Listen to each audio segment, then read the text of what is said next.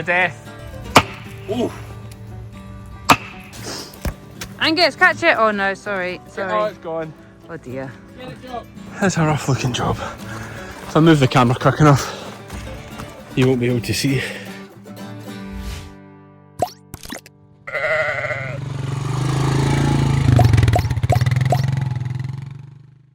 Good morning, sheep fans. Cammy's the name, sheep's the game. You'll have to excuse the poor lighting. It is an absolutely miserable day here in Scotland. But look at this.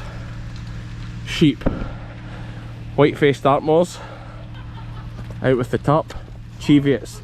Out with the top. Big boy here. Now, they're looking well actually, they're looking well, mainly because we've got all the worst ones pulled out, thankfully. But we're dipping today. Neil Fell and Anthony are here to dip. This is the setup. We're going to show you it in action just in a second. One of the benefits of this, obviously Neil brings his own dip and water to get you started. Filling up just now here. And the great thing is he can take that away. You can use those IBCs to take your dip away at the end, which is a big win for us. And the main well, apart from the fact it's much easier, the main reason we use the dipper like this is so that he can take the dip away, because I don't have a licence to dispose of it, to be honest. It's a difficult thing, dip. But we'll get some in, get started, show you it working. What do you think, all the white-faced Dartmoor experts out there, what do you think of our ram this year? She's an older girl there, maybe should have went, but I do what Lizzie says when it comes to white-faced Dartmoors, whatever Lizzie says.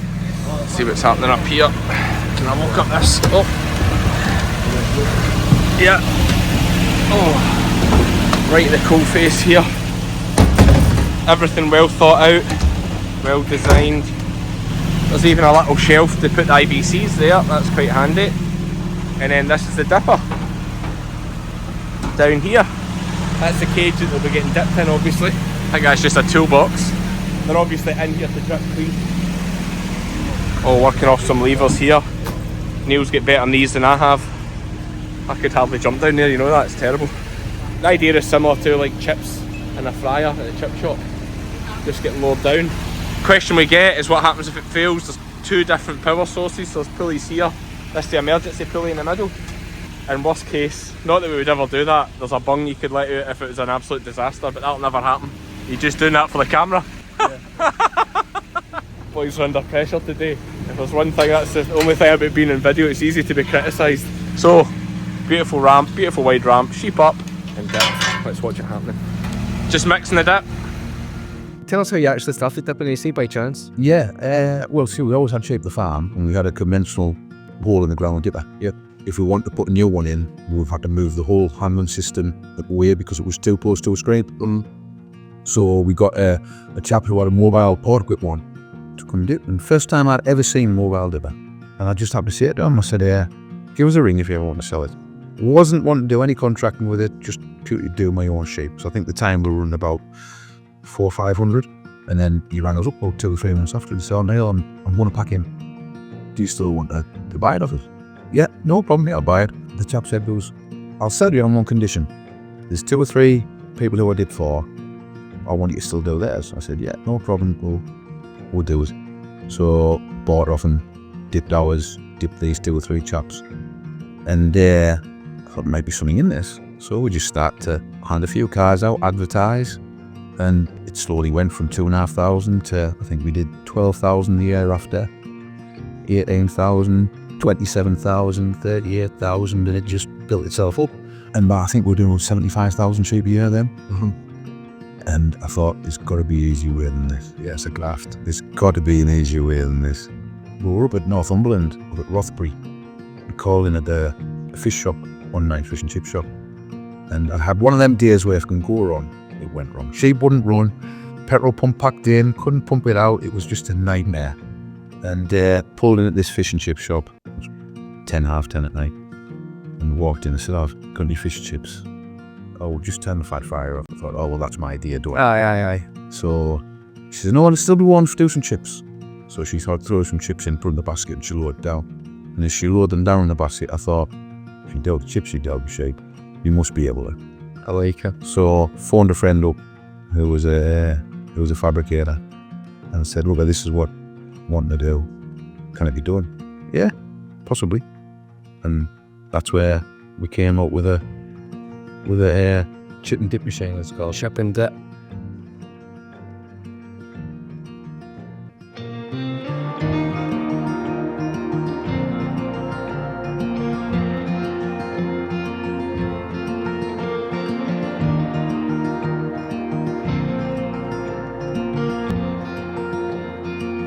Okay, last lot coming off the trailer here. It's up. The straddle's a bit loose actually. Maybe it's the angle he's standing at. So. It won't hold him back. That's job done. Oh no, there's still some in there. Still some popping out. Job done. We did have one wee disaster where the cheevates get mixed in. But it's all part of the fun. Right, on to the next job now, let's go. Okay, we've skipped to the next day for the big reveal. Angus's new haircut, let's see you boy. What?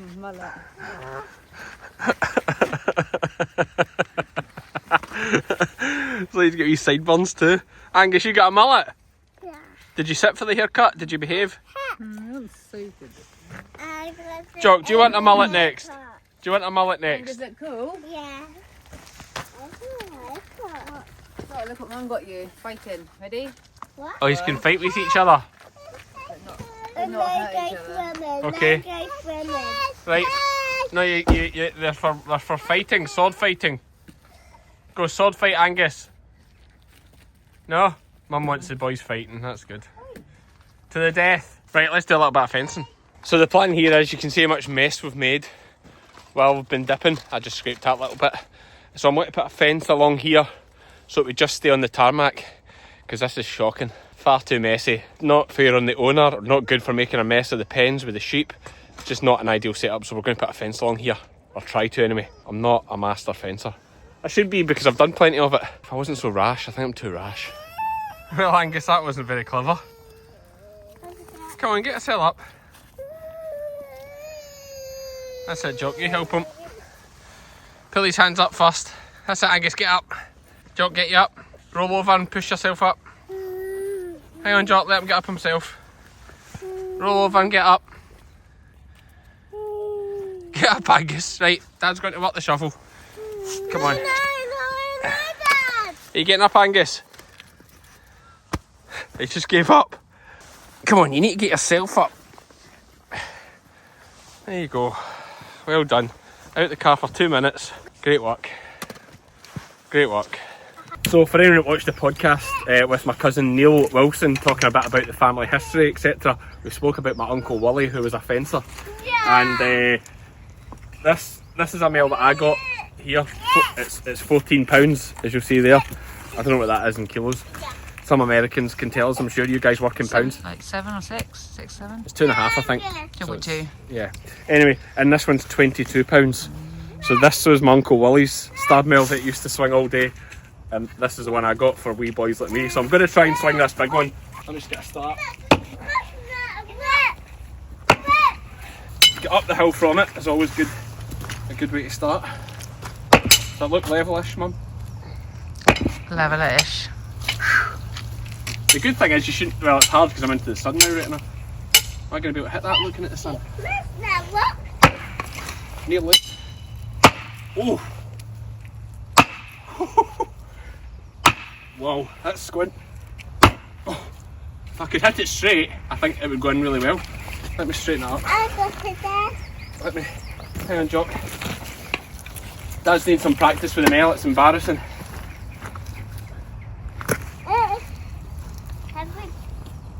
Very loose for some reason, maybe because I'm hitting it all over the place. If it's that soft, with this weight you don't even need to swing it. But let's try one again.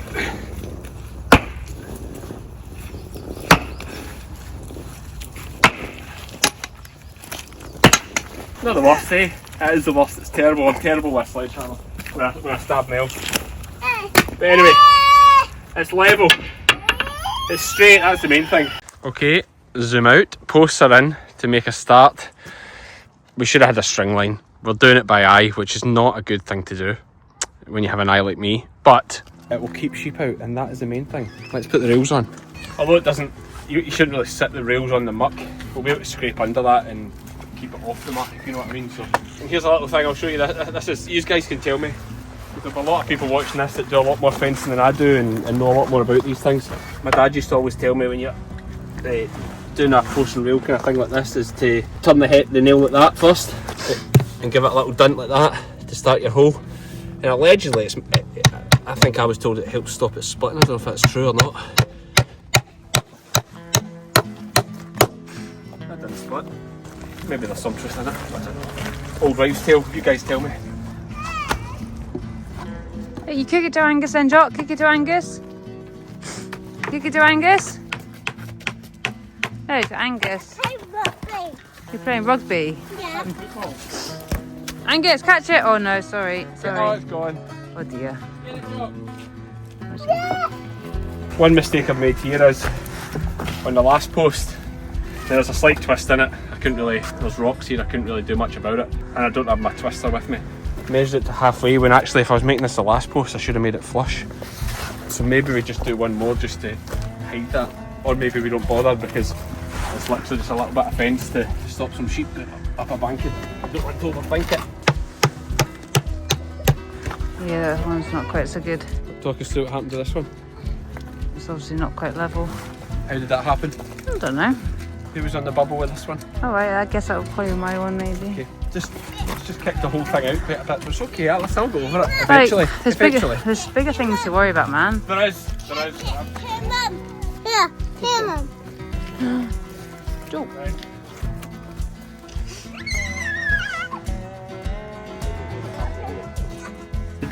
Have you got a tape measure? No. Right, hang on. Right, this is very professional. Very farmer spec. Right, one.